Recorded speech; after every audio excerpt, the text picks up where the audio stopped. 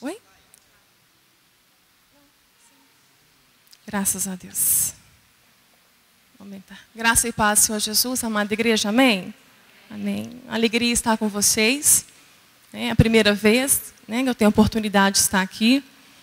E estou muito feliz, né, de poder compartilhar também com vocês um pouquinho da minha história, um pouquinho da travessia, né, pelo vale de Baca. É o seu vale também. Então, por isso que muitos se identificam. Todos que têm acesso ou à história ou ao livro se identificam porque é o vale do ser humano. A revelação dele em Salmos 84, ele nos traz um ensino, um princípio maravilhoso, uma revelação tremenda de aprendermos a atravessar o vale da dor, do sofrimento, da perda, porque nós estamos para tudo isso, né? O sofrimento está para o ser humano. Isso não é uma escolha nossa. E é uma das maiores dificuldades, né, nossa, é de lidar com o sofrimento. Então, a travessia do vale, ele nos ensina como atravessar, como conseguir e por que atravessar, e o alvo, a motivação certa que nos faz chegar. Né? Os peregrinos atravessavam, os israelitas, porque eles queriam chegar em Sião. Sião estava o templo e o propósito era adorar a Deus lá. Só que uma vez dentro desse vale, não tinha como voltar atrás. Então eles eram realmente adoradores. Eles tinham uma meta, eles tinham um foco, eles tinham uma motivação, chegar, adorar a Deus. Para eles isso era a motivação. Por isso que eles conseguiam. Só que eles tinham um desafio muito grande. Não havia água no vale. Falar em água, minha boca está seca aqui. Imagina, um pouquinho que a gente fica sem água, se a boca secar, a gente fica desesperado para tomar, né? Mas não havia água no vale. Só que pelo Espírito Santo de Deus, eles, direcionados pelo Espírito Santo, eles cavavam buracos, abriam covas durante todo o trajeto, toda a travessia. Mas não tinha lençol freático. Interessante, né? Era a fé, uma fé verdadeira, uma fé que os movia para algo que eles não viam, mas que dava para eles a certeza, a convicção que ia acontecer. O que acontecia então com os buracos abertos? Chovia. Deus fazia chover. E aquela chuva enchia os poços. E a palavra de Deus fala que eles iam de força em força até chegar em Sião. Basicamente é isso. Né? A nossa travessia é essa. Os nossos vales assim. Nós temos que ser adoradores. Se nós não tivermos a motivação certa nesta vida, nós vamos nos perder em nossos vales e nosso sofrimento. Nós não vamos chegar a lugar nenhum. E vai acontecer como aconteceu com aquele povo de Israel. Eles rodaram 38 anos naquele deserto, porque com 2 anos de caminhada eles chegaram à terra prometida. Mas a incredulidade deles, a falta da motivação, a falta da fé verdadeira, fez com que eles ficassem girando naquele deserto por mais 38 anos. E não conseguiram chegar. Então isso é muito sério. Né? A gente ter essa motivação. E hoje o que me traz aqui, o que me faz ficar de pé para continuar a missão, eu e meu esposo, a minha família juntos, realmente ter encontrado, realmente ter entendido o que nos faz ficar de pé. E é exatamente o que está naquele convite que foi feito, Ana. É aquele texto. E ela até falou assim comigo, Maricela, fica à vontade. Esse não é propriamente o tema, mas fica à vontade se você quiser mudar. Ou... Quando eu li, falei assim, esse é o tema, esse é o alvo, essa é a base da minha vida, essa é a base de estar de pé. Eu gostaria já que vocês já abrissem comigo. 1 Coríntios, capítulo 2. E é exatamente o texto que está lá, né? Um texto muito conhecido, que é o versículo 9. Mas nós vamos trabalhar nesse contexto, para vocês entenderem como é importante entender e compreender a mensagem que está aqui. Que Paulo fala e escreve à igreja de Corinto. E essa compreensão só vem pelo Espírito Santo, se Ele nos revelar. Então, nessa tarde, você que está aqui, peça ao Espírito Santo já, ore a Ele, para que Ele tire o véu para você.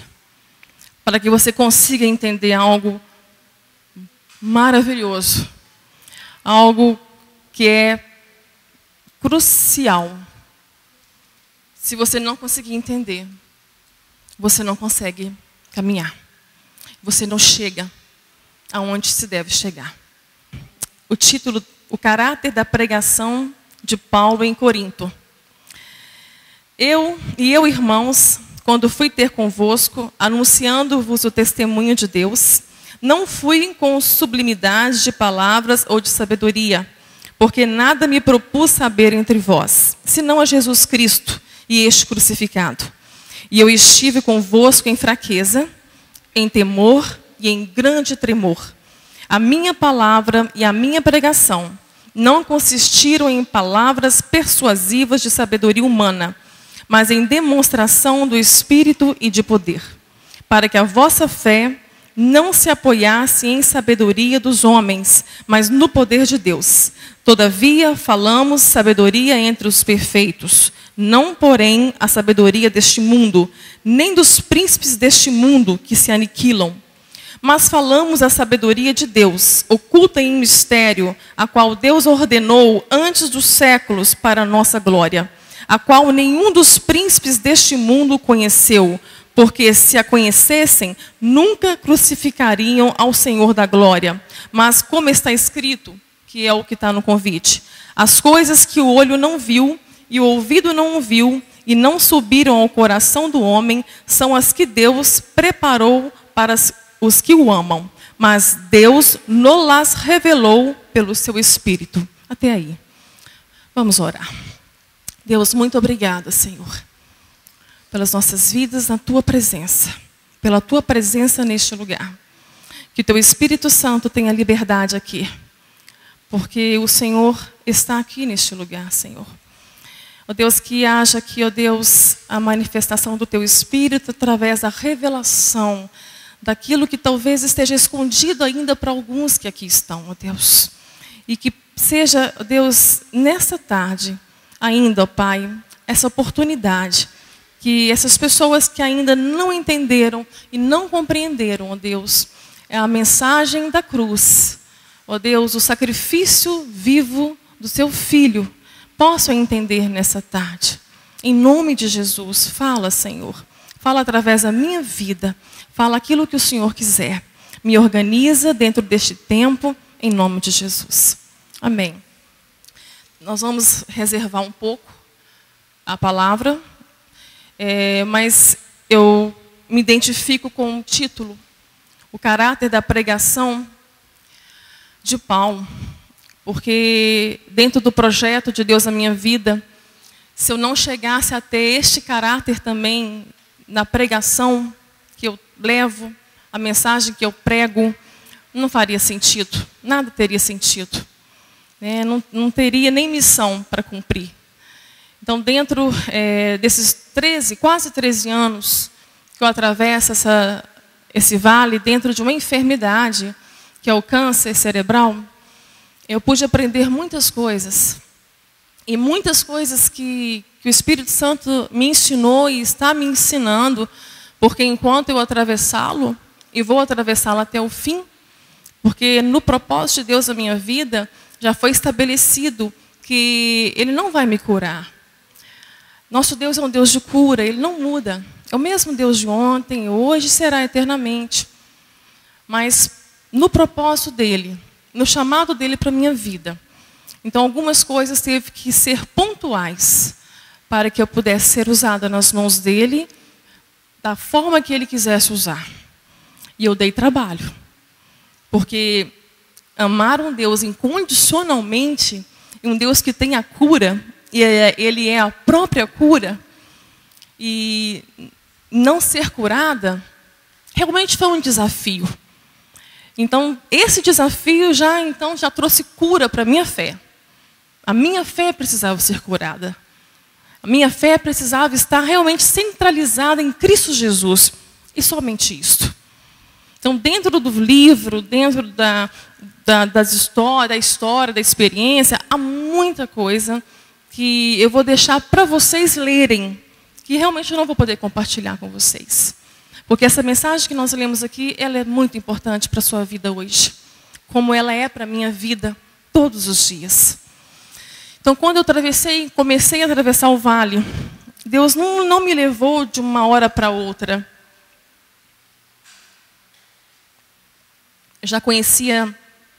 Eu fui conhecer Jesus através do meu pai aos 10 anos de idade, quando ele vai então do catolicismo para a igreja evangélica, e eu fui com ele, comecei então uma escola dominical, e assim eu fui crescendo, aos 12 anos, né, desci as águas, e também conheci um chamado de Deus na minha vida para a obra missionária. Desde novinho, meu coração ardeu. Só que, dentro da adolescência, eu tive perdas muito grandes. E a pior delas, para o adolescente cristão, para o jovem cristão, a pior delas, a pior de todas as perdas, é perder a identidade com Cristo. A identidade de Cristo. E o que eu mais vejo hoje são os adolescentes perdendo essa identidade. Então, dentro do nosso chamado, eu tenho visto, eu e Arson, que o foco nosso tem sido realmente os adolescentes. Eu creio que nós precisamos realmente cercar agora, porque não está sendo fácil o que eles estão passando em seus vales. Porque além das suas crises, né, as crises da adolescência, que são normais, eles estão também enfrentando as crises de dentro de casa, as crises fora de casa, e assim um bombardeio do inimigo na mente deles.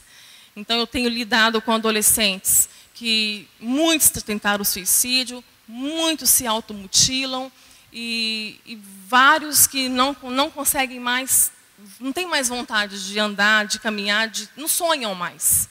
São esses adolescentes que Deus tem trazido até nós, pedindo socorro. Então eu fico muito, às vezes, aflita. Tem uma coisa, só tem uma forma deles saírem desse poço, dessa caverna que eles estão. Como qualquer um de nós que estiver, talvez, aqui dentro de uma caverna ou de um poço. Só Jesus. Não tem outra forma. Um pai ligou para mim desesperado, umas 2 semanas atrás, amigo meu e do Arson, ligou lá. E quando eles casaram, a esposa já era uma médica, já era uma pediatra, tiveram uma filha, e logo eles se separaram. Hoje a menina está com 16 anos. A mãe continuou estudando. Hoje ela é uma psiquiatra especializada na pediatria e adolescência. A filha, desde criança, faz terapia. A terapia não consegue tirar o câncer de dentro da alma dela.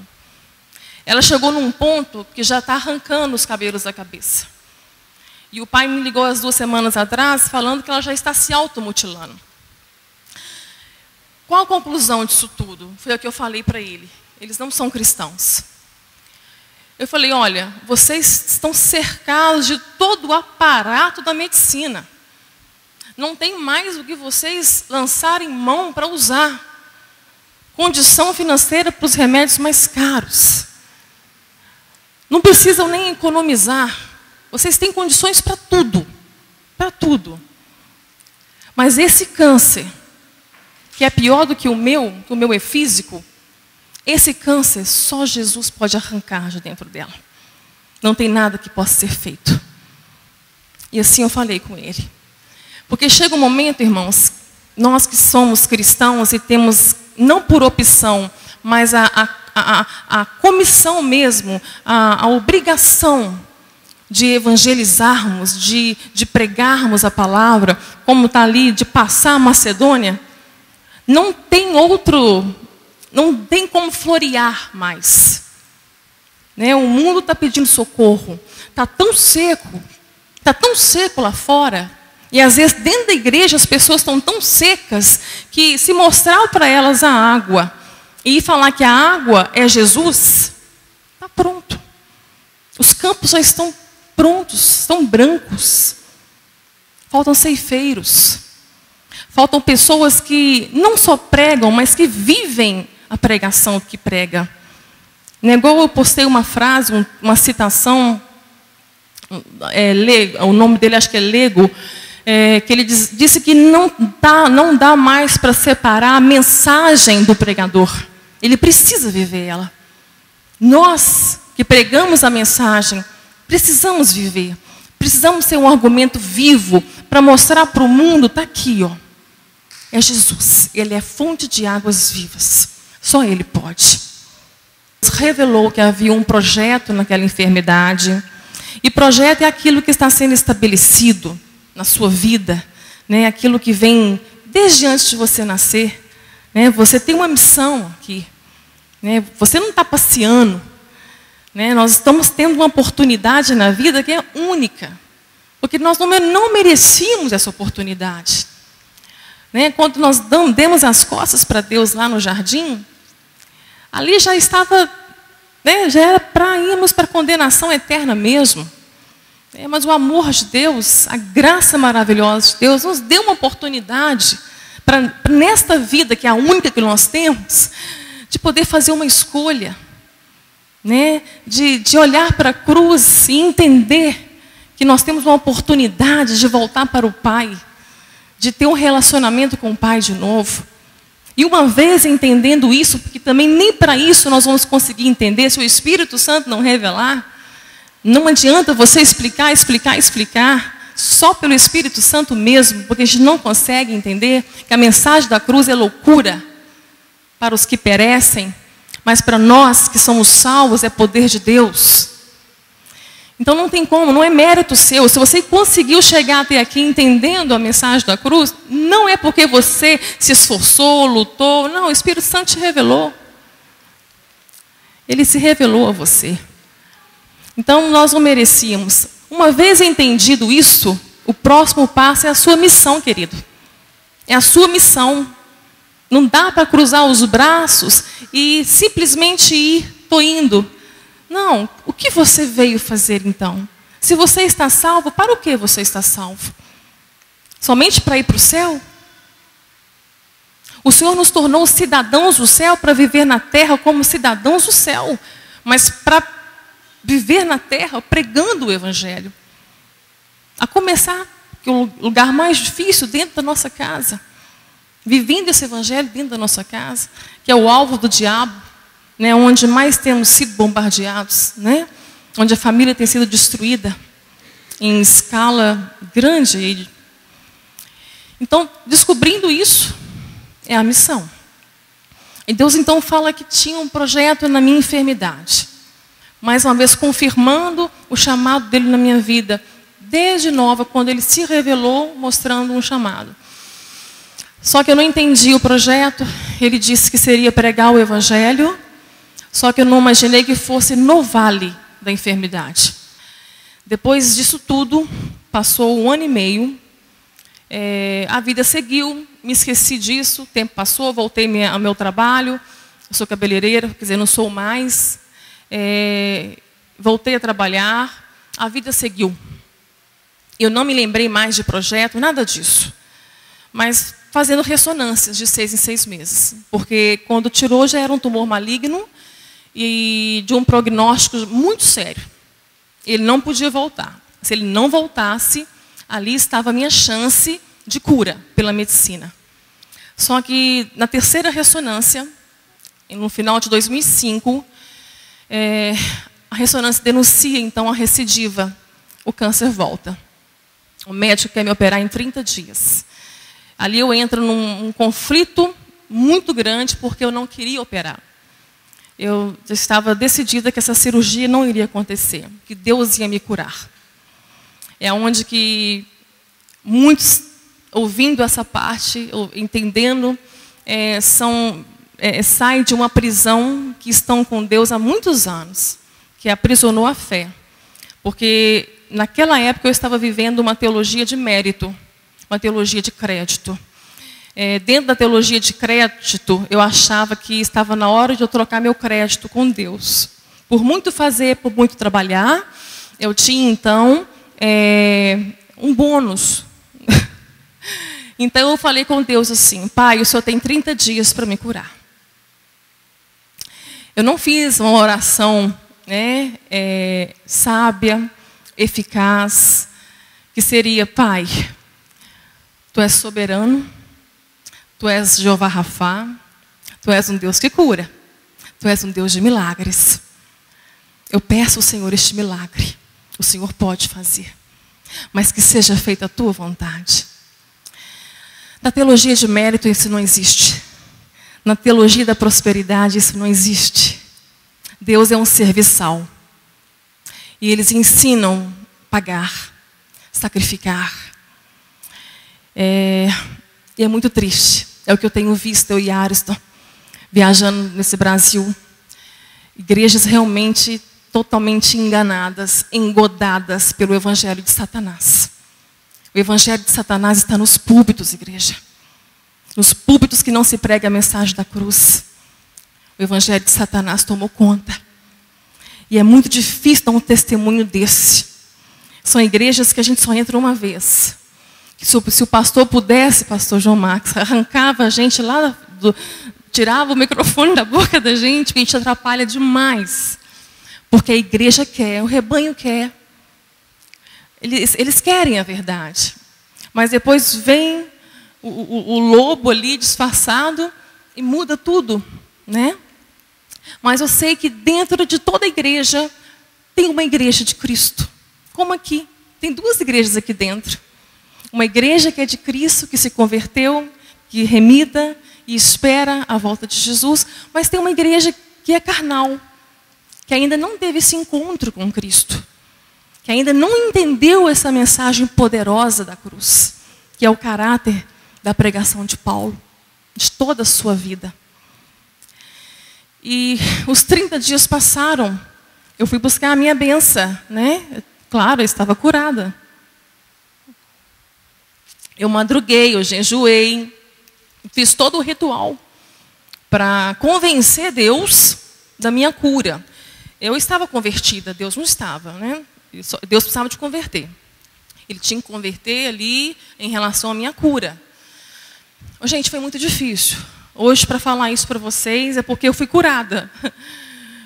Meu caráter cristão foi curado. A minha fé foi curada. Porque quando eu peguei o resultado, o câncer estava lá, do mesmo jeito. Mas nenhuma mexidinha assim, para falar que houve uma operação. Não, do mesmo jeito. Eu tive que passar pela cirurgia. Pedro fala, quando ele compara ouro e fé, ele fala que assim como a fé sendo provada no fogo das provações, é o ouro, quanto mais provado, mais valor ele tem. Assim a nossa fé. A nossa fé vai ser experimentada. E queira você não entender isso e compreender isso, é o amor de Deus por você. Porque o fim da nossa fé é a salvação. Muitos estão perdendo a fé, porque são crentes mimados, que não aceita quando vem o sofrimento, não quer lidar com o sofrimento, vira as costas para Deus. Em vez de buscar Deus, ir para mais perto de Deus, não, eles se afastam de Deus, onde muitos estão sendo adeptos agora do ateísmo, justamente por causa do sofrimento, por causa da maldade, por causa de tudo do caos que está no mundo. Não conheceram a Deus. Então, fé não é acreditar. Fé não é crença. Fé é conhecimento de Deus. Você só consegue ter uma fé verdadeira, uma fé inabalável, se você conhecer o Deus que você serve. Porque se você não conhecê-lo, você não confia, você não descansa, mais cedo ou mais tarde você vai ficar incrédulo diante do sofrimento, da dor. Vai se perguntar várias vezes, será que Deus existe? Será que Ele está me ouvindo? Será que Ele se importa comigo? Então vamos voltar para o Evangelho. Vamos começar a conhecer Deus. Foi o que Deus estava fazendo comigo e está fazendo comigo até hoje, todo dia, enquanto eu viver. Indo para mais perto dEle. É o lugar que eu preciso estar. É o lugar para onde que você tem que ir. Em 2009, Foi o ano que eu tive que fazer uma escolha bruta, porque eu ainda pedi a cura, porque a minha mãe queria a cura. Minha mãe é uma serva do Senhor. E não estava suportando mais viver a cada 3 meses com uma ressonância mostrando um câncer que não saía dali. Só que para ela, Deus ia curar. Deus tinha que curar. Então aquilo estava doendo muito. Então em 2009 eu ainda pedi a minha cura. Foi então que o Senhor fala ao meu coração o que eu queria, a cura ou o projeto dele. Chegou uma hora que é a hora de morrer. Né? Se nós não entendemos isso na hora que Cristo nos chama para segui-lo, vai chegar uma hora que nós vamos ter que entender que o convite de Jesus é um convite, se quiser, vir após mim, negue-se. É um problema que você vai ter que resolver com você mesmo. Seu maior inimigo é você mesmo. Né? Porque às vezes criamos ídolos, criamos bezerros de ouro, que nós não queremos morrer por aquilo de jeito nenhum. Não queremos abrir mão daquilo que já virou um ídolo. A cura já tinha virado uma idolatria no meu coração. Por que idolatria? Porque tudo que nós agregamos valor, poder, segurança, felicidade, é um ídolo. Toma o lugar de Deus. Nós evangélicos somos muito idólatras. Idolatramos funções, ministério, dinheiro, poder, sucesso, cônjuge, filhos, corpo, tanta coisa, carreira. Colocamos tanta coisa no lugar de Deus. E Deus sai do centro. Exatamente eu fiz. Coloquei minha mãe e a cura. Eu vinculei a mãe e a cura. Eu preciso ser curada para minha mãe. Dois ídolos no meu coração. Quando a gente tem que morrer mesmo. Tem que morrer. Para seguir Jesus, não dá para levar você junto. Você tem que se esvaziar. E naquele momento eu falei, Senhor, eu quero o projeto. Nem sabia o que era o projeto. Eu entendia que era pregar o Evangelho, mas não sabia. Eu entendia também que ele já tinha falado em 2004 que queria que fosse escrito, notório, tudo que ele fizesse. Isso também eu entendi. Ele vai dando lampejos para nós, né? Na nossa caminhada. E nós atrasamos muito quando nós não entendemos. Então, em 2009, eu falei, Senhor, eu quero o projeto. Me dê força para prosseguir. Foi naquele ano que eu fiz essa escolha. Naquele ano, a minha mãe foi para o Vale de Baca. 15 dias depois, minha mãe estava com câncer.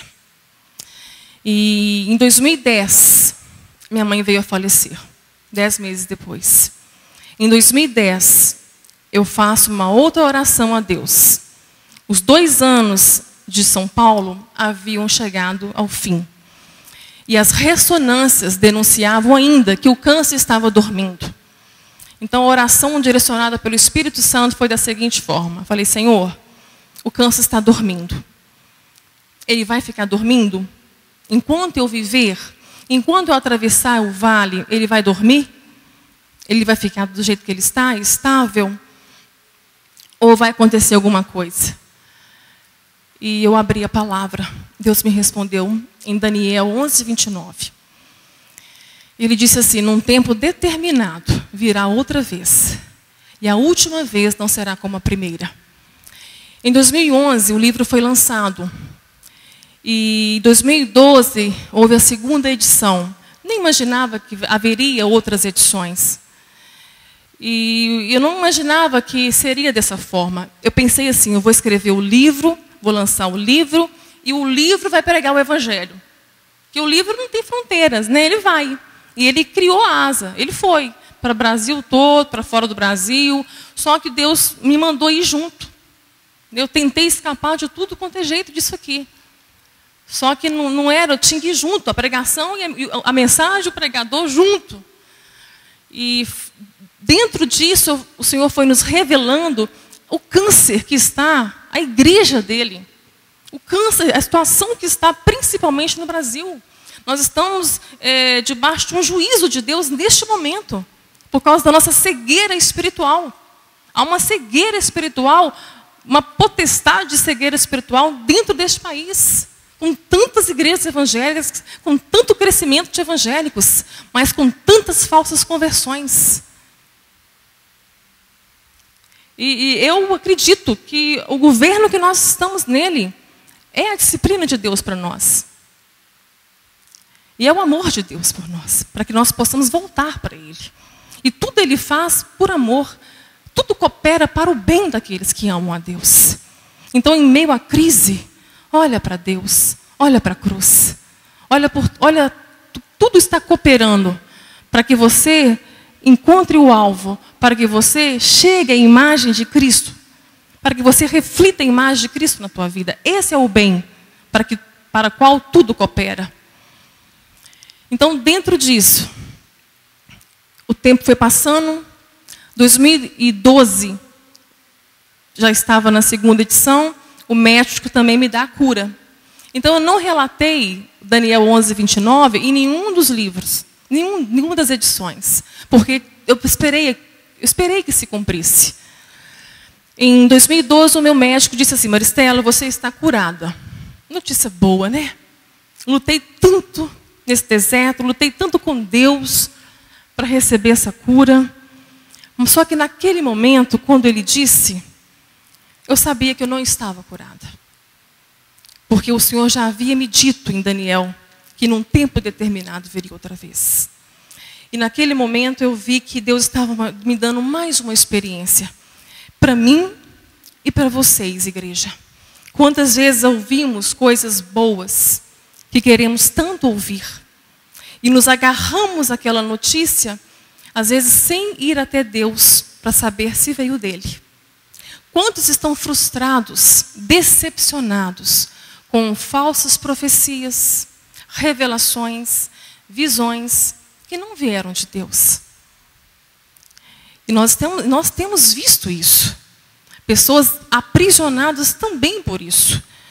Porque o inimigo, ele sabe exatamente o que você quer. Ele é um bajulador. Ele sabe massagear o ego. Ele sabe que a vaidade, a soberba precede a queda. Ele sabe exatamente como fazer para você cair.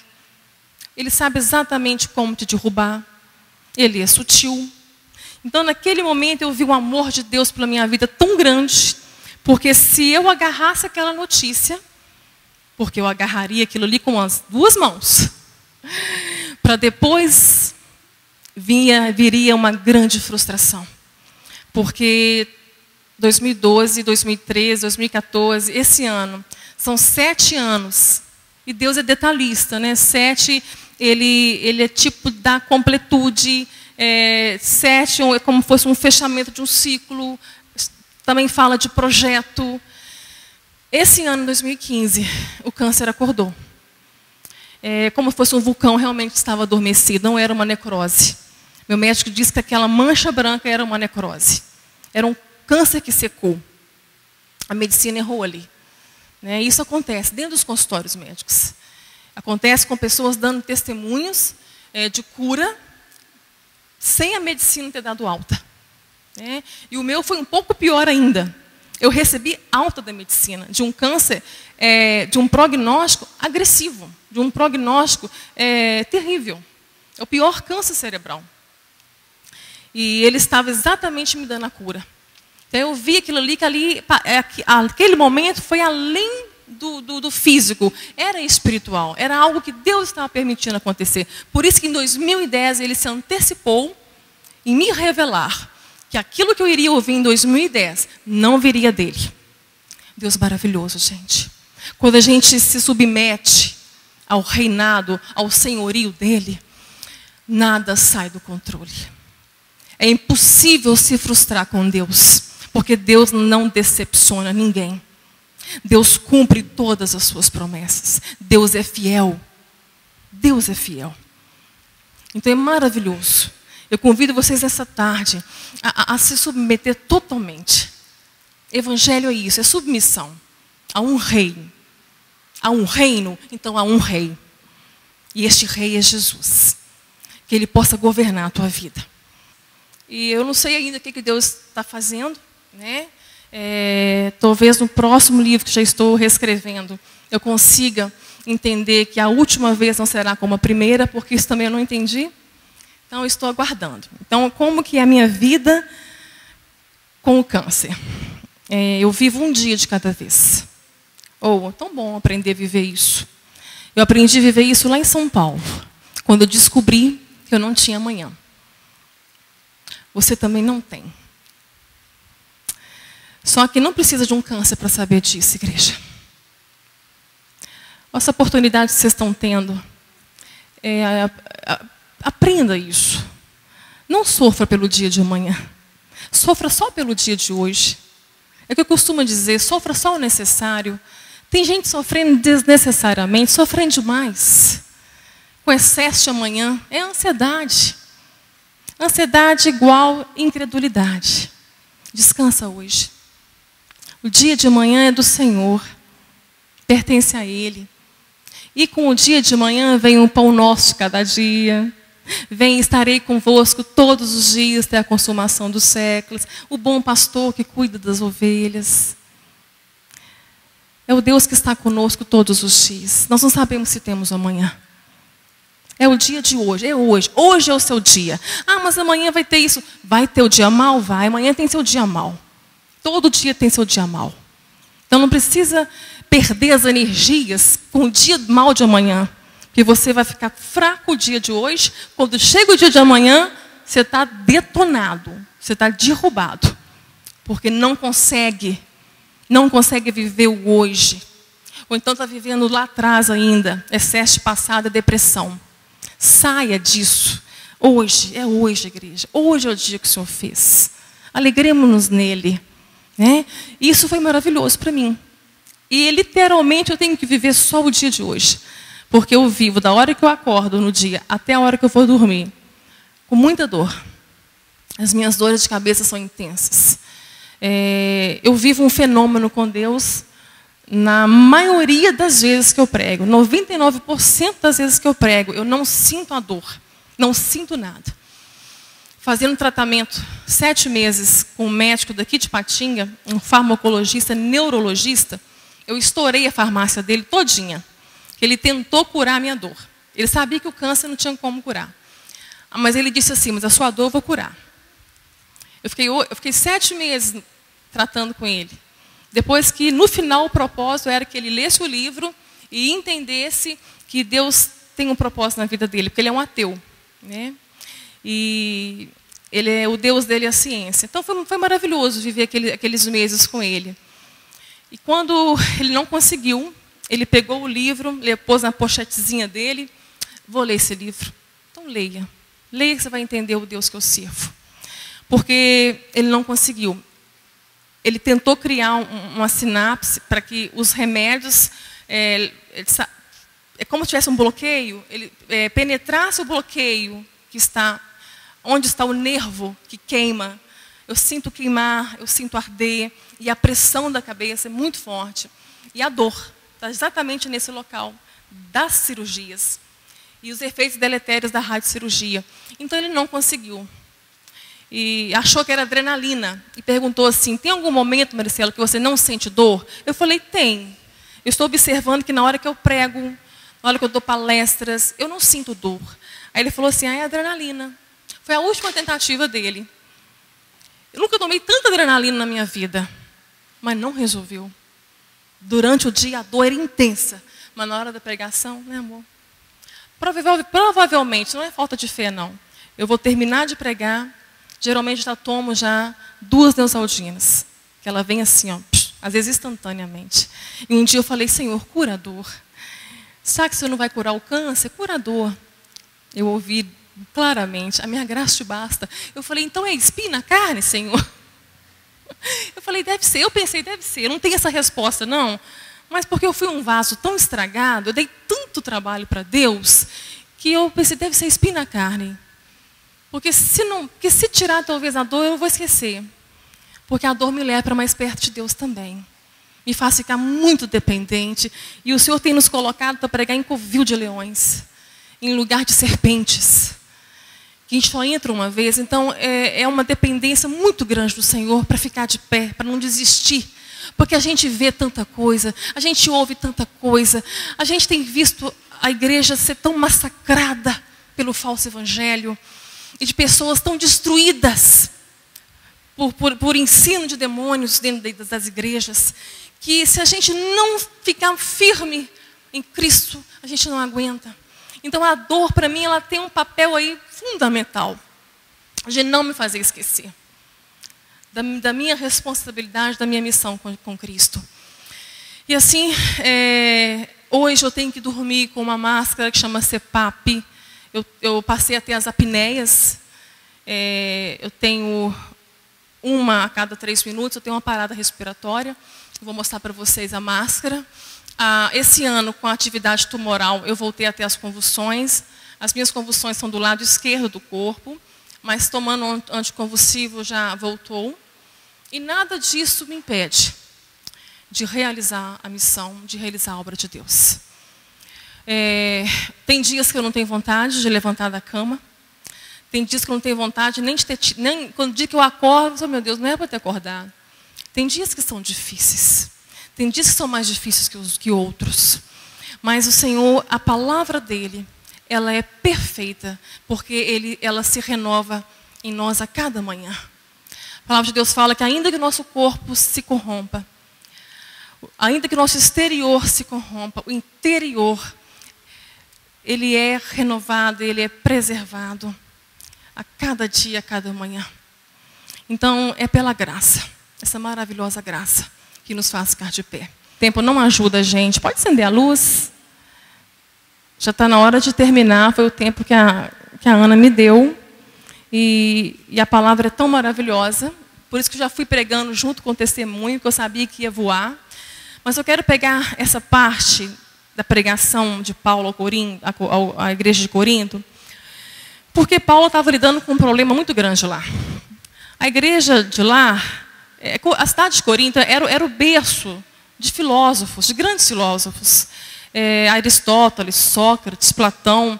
E tudo para eles girava em torno da sabedoria humana, das filosofias. Então, quando a igreja, Paulo apresentou o evangelho lá e abriu a igreja, começou o trabalho lá, as pessoas queriam misturar o evangelho misturado a alguma coisa, a filosofia, a sabedoria humana. Então, Paulo estava com esse problema grande lá.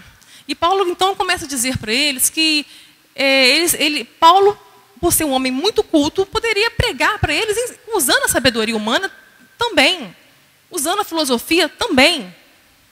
Mas que ele se reduziu mesmo, pregando em fraqueza, temor e tremor, porque era somente a mensagem da cruz, o caráter do evangelho dele. O centro da pregação de Paulo, somente a mensagem da cruz.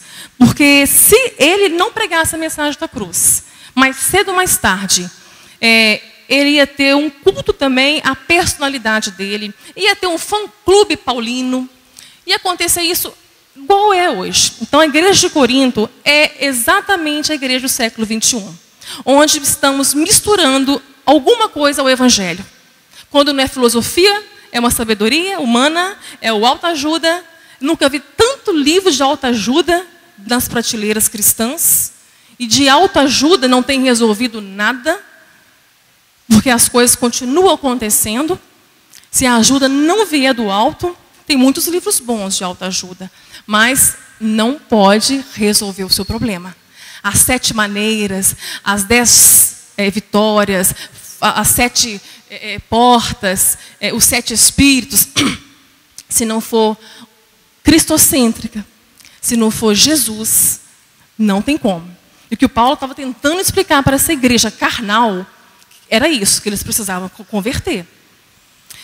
E misturamos, como eles também misturavam ao evangelho, a teologia política, da obra social. O Leonardo Boff fez isso. Ele comparou a conversão à assistência ao serviço social. Se você fizer obras, você é salvo. A obra não salva. Nós não somos salvos por obras, somos salvos por fé. Mas se for a fé verdadeira, vai ter obra. E vai ser por amor. A motivação vai ser o amor. Você não vai fazer para trocar nada. Porque automaticamente é um fruto que você vai dar. Porque você está enxertado na videira. Então é um fruto natural. O amor ao próximo, ajudar a quem precisa, ser próximo de alguém. Isso aí é consequência da fé salvífica. Se você é salvo em Cristo, vai ter obras. Amém? Então, outras coisas que entraram, misturando o evangelho, o pragmatismo. O que é o pragmatismo? É olhar o que está acontecendo em volta, qual que é a moda da vez. Então, nós vamos colocar, então, um evangelho na prateleira, um produto na prateleira, para ser consumido. Qual que é a moda da vez? É a teologia da libertação? Então, agora, então, a igreja vai adotar, então, os cultos, as campanhas de libertação. É isso que o povo quer? Então, vamos adotar, então, vamos misturar o evangelho, então, com o pragmatismo. O que é o pragmatismo? Vamos ser prático. No final vai dar certo, não importa a forma que foi feita. Isso não é evangelho. Se tirou a mensagem da cruz do evangelho, não é evangelho. Se tirou Cristo do evangelho, não tem evangelho. E estão misturando muita coisa no evangelho. Então, a mensagem que Paulo está trazendo aqui é esta. Ele vai explicando, então, discorrendo sobre duas sabedorias, a humana e a de Deus. Então, quando é citado aqui, no verso 9, mas como está escrito? Escrito aonde? Isaías 64:4. É algo que se cumpriu. Como está escrito? As coisas que o olho não viu, ouvido não ouviu, e não subiram ao coração do homem, são as que Deus preparou para os que o amam. Mas Deus nolas revelou pelo seu Espírito. Por muito tempo, igreja, eu achei que esse texto estava se referindo ao céu. As coisas que iremos viver, as coisas lindas que estão para acontecer no céu, que a gente nem imagina como vai ser, que não subiu ao coração, que o olho não viu, o ouvido não ouviu. Mas não é isso que esse texto está falando. Uma coisa que às vezes assim, me entristece muito ouvir quando a pessoa fala assim para você, o melhor de Deus virá. Não, já veio. Não virá. Então não é evangelho. Paulo está dizendo aqui o seguinte, que Deus revelou, já revelou, está aqui, ó, pelo seu Espírito nos revelou. Revelou para quem? Para os que o amam. Para os que o amam.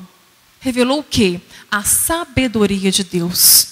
E qual é a sabedoria de Deus? Cristo Jesus e este crucificado.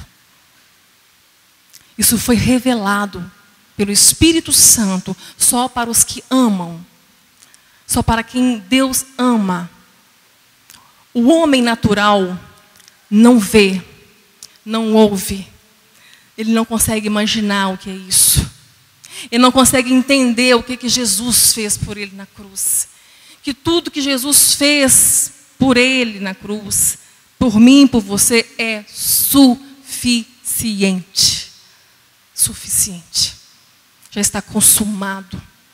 O melhor de Deus já veio. E o que Paulo estava brigando ali, tentando que eles entendessem, era isso.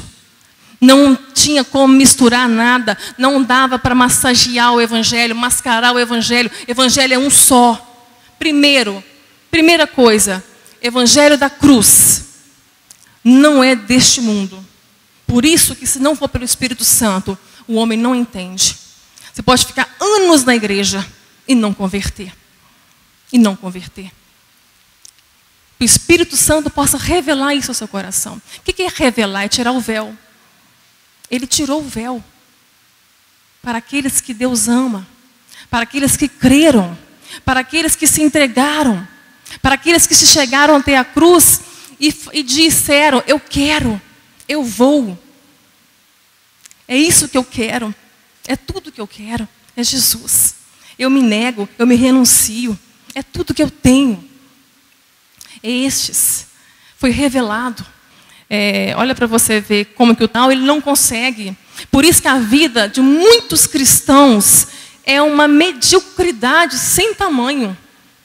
E não precisa ter problema grande não, é probleminha pequenininho, já é o suficiente. É o suficiente. Não vive uma vida plena com Cristo. Porque a vida que Cristo morreu para nos dar, ela começa aqui, queridos. Ela começa aqui, uma vida abundante, é uma vida plena. Não é um relacionamento por necessidades. Deus não nos fez para ter um relacionamento com Ele por necessidade. Deus fez o homem para que a glória dele fosse manifestada. Não é para provar o seu poder. Ele não precisava ter nos criado, nos feito para manifestar poder. Que bastava a criação, bastava a natureza, os anjos, os demônios, que o poder dele estava manifesto. Mas ele nos fez para um relacionamento puro, sem interesses. Porque não havia necessidade nenhuma para Adão naquele jardim. Não foi por necessidade. Era uma relação de amor, de um relacionamento totalmente sem interesse. O que não é hoje. O que não é hoje. Está aí os motivos das campanhas. Está aí porque as igrejas abarrotadas. Eu vou pregar numa igreja dia 22, pastor, a metodista. Essa igreja já saiu 5 famílias dela de uma vez só, por causa da crise. Porque lá se prega contra o pecado, lá se prega o arrependimento, lá se prega a vinda de Jesus. Eles não querem. Foram para onde? Foi para onde o evangelho está misturado. Onde tem na prateleira um à la carte que você pode pegar. Hoje eu preciso disso. Amanhã é isso. Foram para essas igrejas abarrotadas de gente. Onde o homem é adorado, onde o homem é a personalidade, é onde o homem está no centro. A igreja está sofrendo uma baixa. E não é para ficar triste, não. Glória a Deus por isso. Louvado seja Deus pelos que permanecem. Porque no andar da carruagem, quanto mais perto vamos chegando do fim, e está muito perto, o que eu tenho observado, eu e Ariston, e vocês também muitos devem ter percebido isso, quem vai ficar de pé é só quem está firmado na palavra. Olhando e vendo a mensagem da cruz. É só quem entendeu ela. Se você está vivendo o evangelho misturado com outras coisas, que pecado é relativo, que santidade é relativa, volta para o evangelho. Volta para o evangelho. Porque as coisas vão ficar muito difíceis. Nós estamos no princípio das dores. O anticristo está para se revelar. E o fim da fé é a salvação. E Jesus fala, se o homem viesse hoje à terra, encontraria fé? Encontraria fé no teu coração? O que é fé então? Fé é conhecimento de Deus. É conhecimento de Deus. Precisamos conhecer Deus. A igreja de Coríntios não tinha conhecido Deus. Eles gostaram de Jesus. Até gostaram de Jesus. E o interessante nessa igreja, que tinha milagres, tinha curas, tinha dons, tinha línguas estranhas, tinha tudo nessa igreja, mas eram carnais. Totalmente carnais. E Paulo então mostra para eles que se eles não olhassem para Cristo, e Cristo crucificado, porque Paulo ele bate nessa tecla, crucificado, a morte de Cristo, porque é loucura. É loucura. Um Deus que se fez carne e morreu por nós. Um carpinteiro que ficou pendurado na cruz. É loucura. Mas é uma mensagem poderosa, que transforma a vida, que faz tudo novo. A mensagem da cruz não é deste mundo. A mensagem da cruz foi pré-ordenada antes da fundação do mundo. Ela não foi um plano B, porque fracassou o plano A de Deus, então vou mandar meu filho para consertar. Não. Ela foi pré-ordenada, Jesus morreu antes, ele se entregou por nós antes da fundação dos tempos.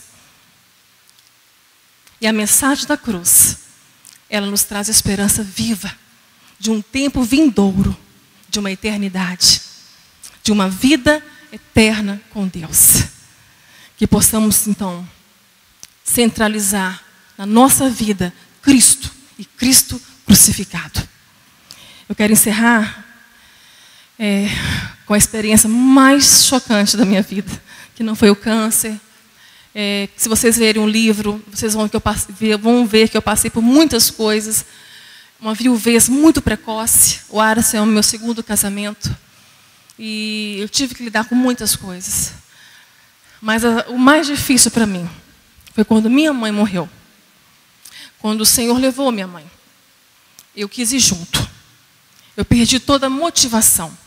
Já com o projeto praticamente pronto. Com todo esse trabalho minucioso que Deus veio planejando, respeitando o meu tempo, meu limite, minha estrutura. Quando a minha mãe, quando eu aceitei o projeto, Ele permite então que o nosso corpo vai adoecer. Né? Um outro erro, né, de ler lá Isaías e falar, não, Jesus levou sobre Ele todas as nossas enfermidades. Você não pode aceitar a doença. Ele levou sobre Ele todas as nossas dores, então você não pode sentir dor. Então você bateu o pé no martelo no seu dedo, você não pode sentir dor, porque Jesus levou sobre Ele todas as nossas dores. Jesus levou sobre Ele os nossos pecados. Nós não podemos pecar. Só que eles não entendem o que Jesus levou sobre Ele e consumou para aquilo que vai ser perfeito. Ainda não é. Ainda habitamos num corpo de morte. O salário do pecado é a morte. Lázaro ressuscitou, mas ele morreu de novo. Dorcas ressuscitou, mas ela morreu de novo. Não tem como fugir disso. Aquilo que nós vamos viver perfeitamente no corpo, vai ser um corpo glorificado. O que Jesus consumou na cruz está consumado. Nós vamos herdar um corpo que nunca mais vai adoecer, que nunca mais vai sentir dor, que nós não vamos pecar, nós não vamos ver a morte, nós não vamos sofrer, nós não vamos chorar. O que está para vir, virá. Então a gente sofre muito o preconceito espiritual, porque nós, enfermos, não somos curados. Já ouvi isso, Marcelo, você não é curada porque você não tem fé. Isso é muito normal na maioria das igrejas que eu prego. É muito difícil aceitar o que eu estou pregando. Foi difícil para mim, gente. Né? Deus teve que me quebrar todinha para entender que Ele não ia me curar. Então isso aconteceu. Então o que Jesus levou sobre Ele está pronto. Nós vamos tomar posse de tudo isso. Então quando minha mãe adoeceu, Deus permitiu então que o corpo dela ela viesse a ter o câncer, um câncer muito agressivo. No momento foi realmente muito difícil de entender. Eu não imaginava que ela iria partir. Ela partiu. E junto com ela eu parti também. Eu fiquei com câncer na minha alma.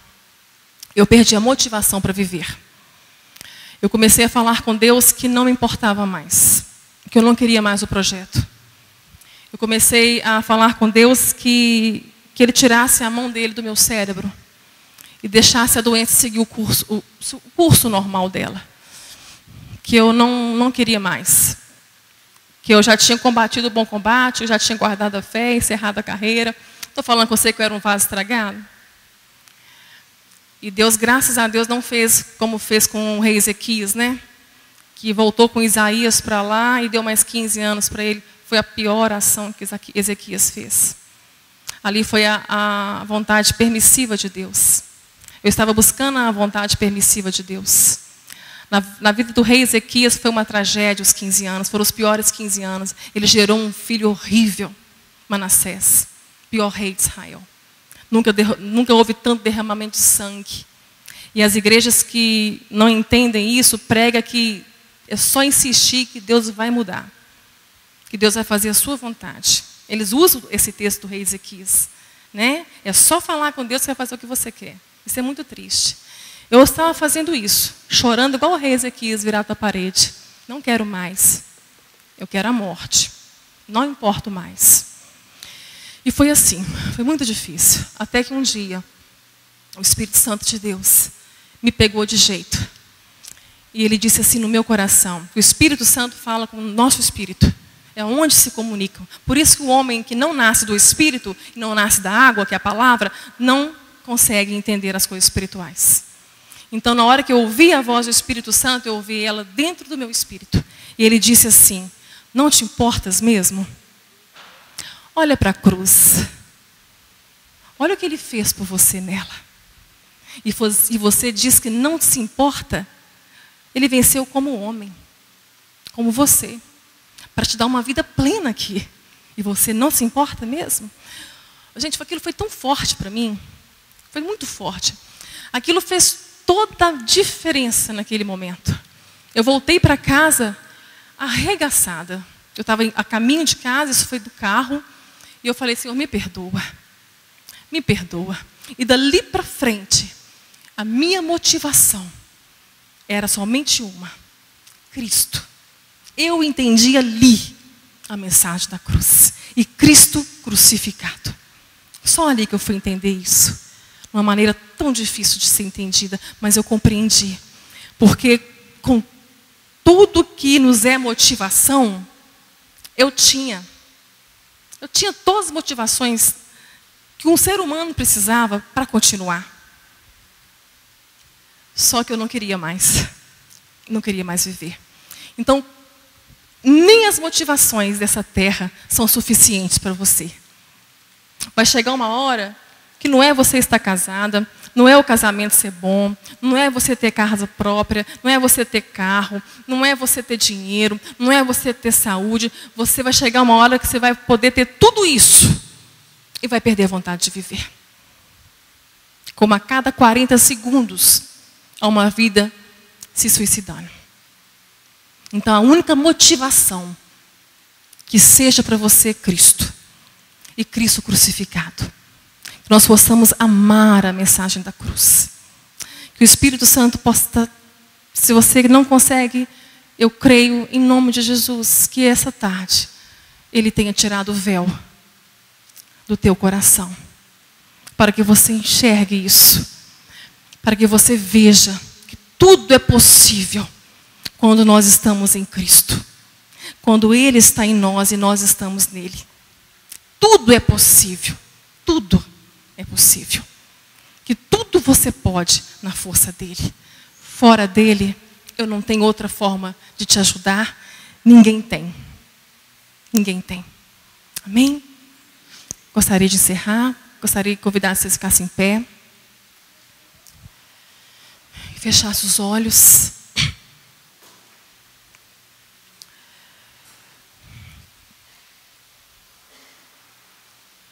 Começa a falar com o Senhor. Peça ao Senhor peça ao Espírito Santo para trabalhar isso em você. Para levar você a uma conversão sincera. Um arrependimento genuíno. Para que você saia de uma vida medíocre. Porque não é essa vida que Deus morreu na cruz para te dar. O que Ele fez por nós na cruz foi para que nós vivêssemos aqui nesse mundo, nesse caos que está, em meio a tanta crise, adversidades, e em meio a tudo isso, Ele quer que nós vivamos uma vida plena, olhando para Ele e tendo a alegria da salvação. Olhando para Ele e vendo que não cabe medo, não cabe aflição, não cabe ansiedade. Vivendo de uma forma que, mesmo que tudo diz que não, você vai ver, esse mesmo texto também fala de Coríntios, que você puder estudar ele é maravilhoso. Lá no final ele diz que nós temos a mente de Cristo. Então, com a mente de Cristo, vivendo neste mundo que nós estamos vivendo, a igreja, nós podemos viver. É possível viver. É possível viver ainda amando viver. Amando viver. É isso que nós precisamos. Amar a vida que o Senhor nos deu e morreu para nos dar. E amar o nosso próximo. Porque só manifestamos a glória de Deus através deste amor ao próximo. Não tem como viver também uma vida cristã em Cristo se não tiver amor ao próximo. Se não entendermos que a nossa vida aqui é para servir, que estamos em serviço. Então aqueles que nasceram de novo e têm a mente de Cristo, entendem que veio a serviço. Que somos os menores do reino, que viemos para servir. Que seja assim a nossa vida. Ela só tem sentido se houver serviço. Se nós nos doarmos ao próximo. Que o Espírito Santo venha fazer toda essa mudança no seu coração e na sua mente. Como em Romanos 12, 2. Não vos conforme com este mundo. Não tome a forma dele. Não se conforme com esse padrão mundano. Mas transformai-vos pela renovação da vossa mente. Para que podeis experimentar qual é a boa, perfeita e vontade de Deus. Só tem uma maneira de experimentar a vontade de Deus para a sua vida. É se você se transformar. E essa transformação é você. Mas transformai-vos. É você que vai ter que ser transformado. É você que vai ter que buscar essa transformação. E como ela acontece? De glória em glória. Não é de culto em culto. Não é de campanha em campanha. É de glória em glória. O que é glória? É a presença de Deus na sua vida.